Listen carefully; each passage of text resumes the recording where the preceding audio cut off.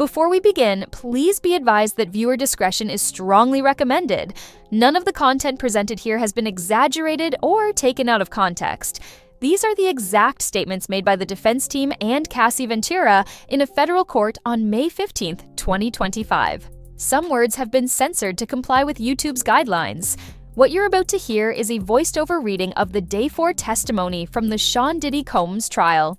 Source: courtroom reporter at Inner City Press on X.com. All parties are presumed innocent until proven guilty. Listen at your own discretion. What you're about to hear is the full cross-examination testimony given by Cassie Ventura today from beginning to end. Ms. Ventura, you loved Mr. Combs, correct? I did. For 11 years, you took care of him. In some ways, you called him larger than life. I did. Others called him Diddy or Puff Daddy, but you called him Sean, right? Yes? You knew a version of him the rest of the world couldn't see, right? At this moment, the prosecution objected, but was overruled. In ways, you kept coming back to him for 11 years. I wouldn't say coming back. You believed he loved you too. I did believe he loved me too. So when he cheated on you, it hurt. Not every time. At this moment, the defense said, bring up this defense exhibit. But the prosecution objected and said it was not an evidence, and the judge agreed that it was not an evidence. Then they continued. Ms. Ventura, read this just to yourself. Why did you send this message? To let him know I was going to dinner. What was going on when these messages were sent? I'm not sure. What was going on in your relationship then? It was early. We were loving. I offer it. At this moment, the prosecution objected on the grounds of being offered the truth, but was overruled. Please read. I wrote, I love you, smiley face. I'll fly anywhere for you. I love you, Cass. This 2009 email. At this moment, the prosecution objected on the grounds of hearsay, and the judge told the defense to ask more questions. From BlackBerry, what is BG? Baby girl, what did you write? You hungry pop-pop? And Mr. Combs wrote to you, we are so in love, we don't do anything else. How long had you been seeing each other? Like 2.5 years. Please read this 1364. I haven't talked to you at all. You don't even try. You rush me off the phone. I'm really hurt. I don't need your money, I need some attention. You wanted your special time with Mr. Combs? Yes. You testified that you told him, I love you so much you make me a better woman. I definitely wrote those messages. You wrote, I can't wait until we have a baby of our own. You knew that he had 6 children at the time? Yes. Now, these messages about freak-offs, when you say, you know it doesn't matter to me, you mean weekend or weekday, either is fine. That's what it says.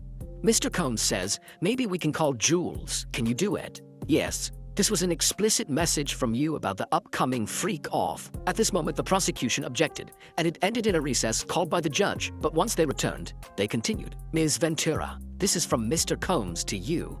You respond with an extremely explicit message, right? Yes. This is 2 days after planning a freak-off, right? Yes. He said, I want to see. How did you reply? I can't wait either. You wrote, I feel like I want to f***, right? That's what it says. Mr. Combs says, I'm so horny I can't concentrate. What do you say? That I'll go to Dwayne Reed for candles and then set up the room. Did you understand that he was going to take another video of you? At this moment, the prosecution objected on grounds of speculation, and the judge told the defense to move on. You ask, any pills on you? Yes. What pills were you taking then? Opiates. You deleted videos on your devices, right? Yes. What did you write? That I need to feel this is my husband, the only one who will see this side of me. Were you afraid that Mr. Combs was only seeing you for sex in this way? That was a concern. You still were not public in your relationship with him? Correct. Were freak-offs important? Integral to us. Who was at your 21st birthday party in Las Vegas? Britney Spears, Dallas Austin. How did you get them there? They came for Sean. You're very beautiful and charming. Thank you. It's true. Who is Tommy Mottola? A well-known producer. You were an up-and-coming star. I guess you could say that. After you signed with Bad Boy, things were still platonic. Yes, you had a rough performance. 106 in Park. It did not go well for me. How did he help you after that? We did a YouTube video. He said, everybody makes mistakes. What was wrong? I couldn't hear myself. You were dating Mr. Leslie. How much older than you was he? 10 years. Then you traveled to Miami with Mr. Combs. The flyer of the event was just a cover to spend time with Mr. Combs, right? That's true. You had a tattoo of Mr. Leslie's initials on your body, right? Yes. How many tattoos did you have then? At this moment, the prosecution objected on the grounds of relevance. The judge overruled it and said, but let's keep it moving. 3. The one on your arm. No regrets. Mr. Combs taught you how to do oral sex. He did. Look at this. Tell me when you're ready. Can you read it? You can read it. It's making me laugh. It's from 2007. You wrote, I feel protected. You are sweet. You wrote, I see that Carrie is better fitting for you. I'm hurt that you think I'm malicious. You're very important to me. Cass. What were you trying to convey? It's like a journal entry. You discuss Carrie Morgan. Did you think Mr. Combs was attracted to her? There was a point in the very beginning. Did that complication carry on in your relationship? Not really. Carrie was just always with us. I'd like to start asking about freak-offs. Sometimes you wore a wig and a mask. Yes, the general public did not know. At this moment, the prosecution objected, and the judge told the defense to rephrase the question. No one knew until November 2023 in the public. Yes, fair to say his career was ruined after your lawsuit. I can understand that. Let's read these messages. Mr. Combs wrote, when are you on your period? No, now. What you be thinking about when you horny? Ms. Ventura, if you don't want to read the answers, I can read them. Thank you. The O has lots of oohs after it, right? Yes. After a freak off, you'd make love with Mr. Combs? Yes. Your period, Mr. Combs is asking when you're on it, right? Yep. He's asking in the context of when to meet up and have sex. Looks like it. Sometimes you watched him with a female, 2 or 3 times. Did you talk with Mr. Combs about the swingers lifestyle? That no one talks about it. Were you keeping freak-off secret from your friends? Yes. His assistants help him with everything.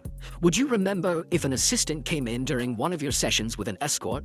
Not necessarily. I was high. So you don't remember much. I had my privacy invaded a lot during that relationship. This is from July 2012. You say to Mr. Combs, I'm horny and bored. This was after a freak off, right? There are a lot of texts here. At this moment, the prosecution said, I would ask that the witness be allowed to read the entire document. Then the judge asked how many pages. The defense said, 8. Then the prosecution said, we don't have a copy for the witness. So the defense said, we'll show it on the screen. So it was shown, but not in the public gallery. You said Mr. Combs often put you down, but he also sent you encouragement and called you a queen, right? Yes. At this moment, the judge asked for a sidebar, then continued. What would trigger Mr. Combs' incessant calls to you? Anger, doubt about where I was. If he suspected you of cheating, he'd call you incessantly. That was one of the reasons, because he thought. At this moment, the prosecution objected, and it was sustained. Do you believe Mr. Combs has good taste? I think he does. He's had an impact on fashion. People like his style. Sean John, did you consult with him on your look? Sometimes I got advice I didn't ask for. He still ran his companies even while having all these freak-offs, right? He did. What was he addicted to? Success. What substances? Opiates. Yes, he told me, and I saw it. Did Mr. Combs' mood depend on whether or not he was withdrawing from opiates? He was more irritable, I would say. What other drugs was Mr. Combs addicted to? At this moment, the prosecution objected on the ground of no foundation. But the judge said, I'll ask if I want the grounds. Then sustained and said to rephrase it. What was his of choice? Ecstasy or MDMA? Opiates daily? When he was doing them? You saw him withdraw? Yes. Let's turn to GX411. At this moment, the prosecution said, it's not in evidence yet. Then they continued. So B414, page 3 and 4, you wrote, I love our FOs when we both want it. You felt that? Loving FOs were just words at that point. Mr. Combs wrote to you, I want to freak out right now. And you wrote that you wanted it too. LOL, me too. I texted more than that, but you did text that to him. Mr. Combs wrote to you, Jules is available if you're into it. You could have said yes or no, and you said love you. There was no yes or no. Bring up B420 on page 2. Mr. Combs wrote, do I have your permission to set up freaky fun? You wrote, ovulation. Yes. Here, what do you say? I asked, which hotel? I must have called him in between. I don't want to assume anything. He said montage. You said you could also go to Pleasure Chest. What would you get there? Sexual supplies. What supplies? Lubricants, outfits. He says, have fun, impress me. You say, okay. He says, can we kiss a lot? What do you say? Yes. You wrote, I left the iPad. I don't know whose iPad this meant. Mr. Combs wrote, I'll be there right after my session. This was in June 2017. Do you remember arguments you were having at that time? Not specifically. Here you say, the game starts at 10 p.m. No breaking character till 8 a.m. This was a game a friend of mine told me. A way to rekindle your romance. By doing something different in the bedroom. It's a whole getting into character thing. Mr. Combs says, let's get some outfits and go to sex club. Mr. Combs wrote, surprise package coming from out of state. Why can't I reach you? What do you say? I was getting my brows done. Did you come to know Mr. Combs was leaving to freak off to go see Kim Porter? Yes. How did you find out about Gina? How did you feel? Did it upset you?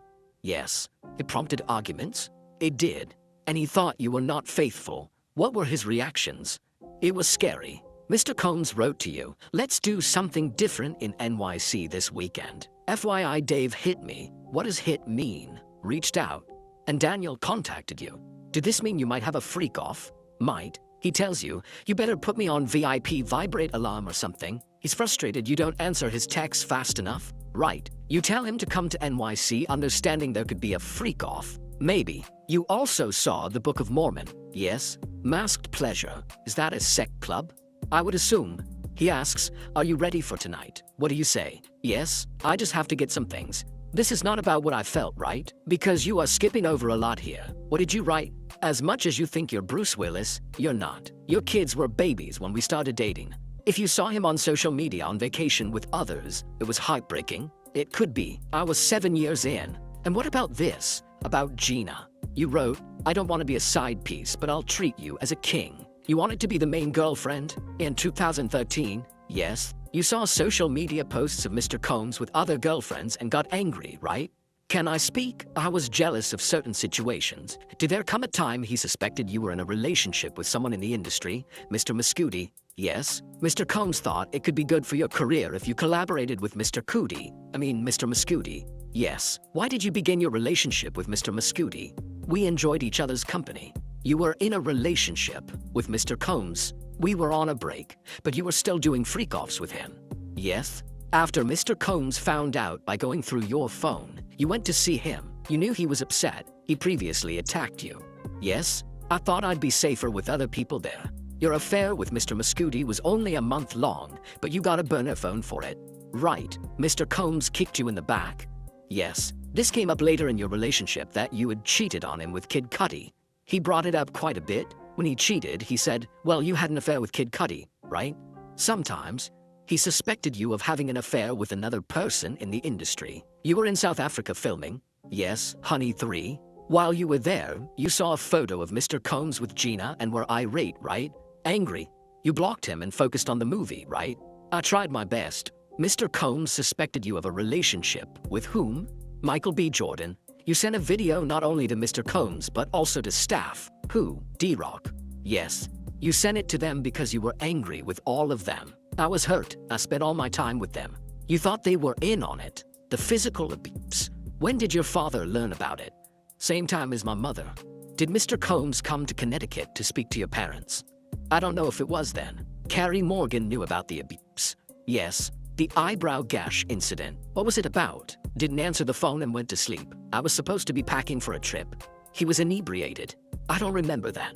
Why were you asleep? A drink at the Abbey had something in it, I think. Did Mr. Combs ever abuse you while he was inebriated, then say he didn't remember it? Yes. Did you feel he was not taking responsibility? Yes. For drugs, you'd both go to rehab. Rehab wasn't really a thing during our relationship. The freak-offs were an opportunity for you to take drugs together. Yes. You went a lot to Burning Man. Yes. Did you ever call yourselves Get High Partners? We did. Did you take drugs from him without him knowing it? Yes. What was his reaction? Explosive. Did he tell LA dealers not to deal to you? Yes. You told Ms. Coram that you learned only after the fact that Mr. Combs had dangled Ms. Bongalan off the balcony? I'm not sure. You were on drugs? I'm not sure. You got a life coach for your drug use, according to this document. I don't know who that person is. You were doing a lot of drugs. It was a rough time. You tried to get into a rehab, the Golden Door. It was a spa. There was a time I lost all sense of smell and taste and woke up in a hospital with an IV in my arm. I tried then to get help. The time after San Bernardino, you learned that he had overdosed. A very strong opiate, yes. Were you ever not addicted to painkillers? We took Ibogaine. Where did you get it? Cancun, Mexico. Separately, when Mr. Combs threw you off the boat in Cannes, when he accused you of taking drugs and squeezed your leg, among other things, but you still wanted to be with him? I did. Switching topics, when you say Mr. Combs went with guns to find Suge Knight, do you remember telling the government that you did go with them? No. Let me show you. At this moment, the prosecution said, just for the parties. Then they continued. I did not go with them, so I don't think I said that. You also did with Ms. Morgan, right? Yes. Do you recall telling the government that you did not see what he did, hitting her in the head with a wooden hanger? I saw the hanger. I saw he was angry that I was doing this with Carrie. This broke up your 17-year friendship with her? It did. Did you tell Mr. Combs about your relationship with your now husband? No. Ms. Morgan sued you and Mr. Combs, made a demand, and you paid part of that? I did. And you haven't spoken with her since? Maybe one text. That was the relationship ender. Yes. You would heat up the baby oil? Yes. Now, is this from the day before the Intercontinental Hotel incident? At this moment, the prosecution said, this is a long document. We need time to read it. So they took a break. Is this from March 4th? At this moment, the prosecution said, with UCT time, it is March 3rd. Then continued. Okay, Mr. Combs refers to accessories. For the premiere, you sent him an explicit message. Yes. He responded with with a number of ams. He wrote, too bad you have to work LOL. He did. You ask him, are you feeling better? Then he's discussing bodily function. Yes. Could we just clarify what time these messages are really from with the UCT? At this moment, the prosecution said, there's a stipulation on that, and this document was shown. You can pause to read it if you want. Then they continued. Mr. Combs went to your premiere lunch at the London Hotel? He did. Then he says, I just got out of a spiritual therapy session. I asked, how did it go? He said, it's a process. This is leading up to the hotel incident. You say, baby, I want to FO so bad. You were asked in your direct and said you didn't want him to ruin your premiere. Sure. Mr. Combs says, if we start at 7 p.m. and go until 4 a.m., you can get enough rest after. Yes. He's saying it'd be a shorter than usual freak off. That's how I would understand it. What do you say? Carrie is here. We can't do it in my house. You say that guy is sick. I'm not going to ask you what you meant. So you were turning to Johnny. Was he a dancer or an escort? We hired him as a dancer, but he did what an escort does. Do you remember the beginning of this freak off in the Intercontinental? Not really. The drugs were bad MDMA, right? I have no idea. At this moment in court, the trial session was wrapping up for the day. The judge looked at the time and addressed the jury. It's 5 o'clock, jurors. You may go home. Do not look up anything about the case. As the jurors stood to leave, the judge formally dismissed them, reminding them of the rules. Then the judge addressed Cassie Ventura, who had just completed another day on the witness stand. Thank you, Ms. Ventura. No discussions with the government. We'll see you tomorrow. Cassie then left the courtroom. Once the jury and witness had exited, the judge turned back to the attorneys to get a sense of how much longer this part of the trial might last. Judge, how much more? Combs' attorney Estevao responded, let me check. Then AUSA Johnson added that the government expected about 30 minutes of redirect examination for Cassie Ventura the next day. Combs' lead counsel, Agnifilo, chimed in to say, we'll figure it out tomorrow. The judge reminded the prosecution to have their next witnesses ready, asking who was expected next. The government responded, Don Richard. Before officially closing the day, the judge added, if there are more issues, someone needs to email the court. This was likely in reference to prior concerns or disputes that had come up off the record or off docket. Finally, with no further issues raised, the judge announced, court adjourned. All right, that brings us to the end of today's intense coverage. We witnessed a truly pivotal moment, Cassie's cross-examination. This wasn't just testimony, this was the defense putting her allegations squarely to the test, trying to find any crack in her story, any reason for the jury to doubt her. Did they land any punches? Did they manage to chip away at the credibility of her powerful claims? Or did Cassie, under that intense scrutiny, stand firm, her truth unwavering, ultimately solidifying the prosecution's case even further? It all comes down to what the jury perceived, what they believed, and whose narrative held the most weight in that courtroom today. Based on what you've heard and seen about this crucial cross-examination, who do you think gained the advantage? Did the defense successfully plant seeds of doubt, or did Cassie's testimony remain unshakable? Let me know your take in the comments down below. Your insights are a key part of this conversation. And join us again tomorrow, because after a day like this, the next turn in the trial is bound to be even more dramatic. We'll see you then.